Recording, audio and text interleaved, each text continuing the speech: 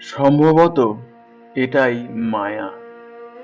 প্রিয়ন্তী, শোনো, আমাদের একটা হলুদ রঙের বাড়ি হবে। ঠিক হবে।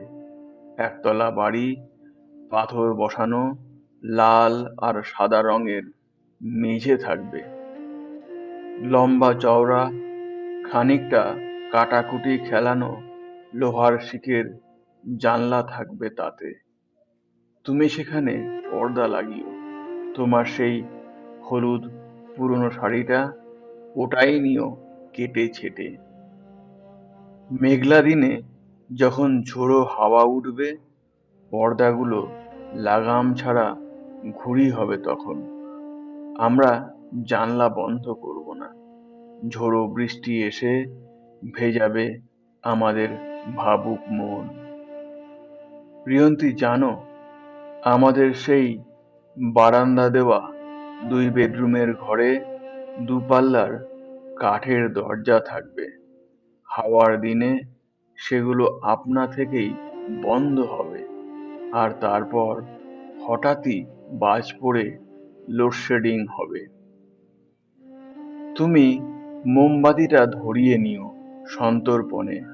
বাইরে মাতাল হাওয়া, তাই তুমি ধীরে ধীরে হাঁটবে। আমি খুনসুটি করব, ফু দিয়ে নিভিয়ে দেব ওটাকে। তুমি যাবে রেগে, একটু আদুরে ভাবে। লক্ষ্মীবারে সকালবেলা স্নান সেরে নেবে। বাড়িতে গন্ধ হবে সারা দিক ধূপ আর চন্দনের।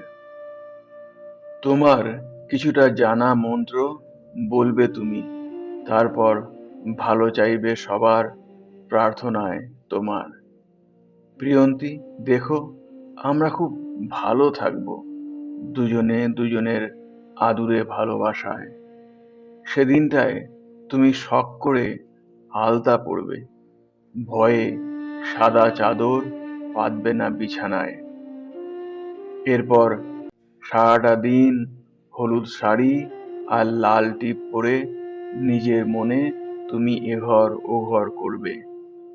মাঝে মাঝে আয়নার সামনে দাঁড়াবে, এলো চুলগুলোকে গুছিয়ে হাত খোপা করবে। আমি দুষ্টু হব, খোপা আলগা করে খুলে দেব বারবার।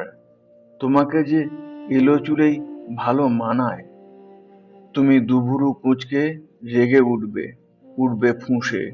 তোমার কাজল চোখ দুটো ভরবে অন্য মায়ায়। প্রিয়ন্তী, তুমি তখন ঝাঁপিয়ে পড়বে আমার উপর, অভিমানগুলোকে মানাবে ভালোবাসায়। তোমার শাড়ির আঁচল বিছানায় থাকবে এলিয়ে। আমি তখন তোমাকে লিখব কবিতায়।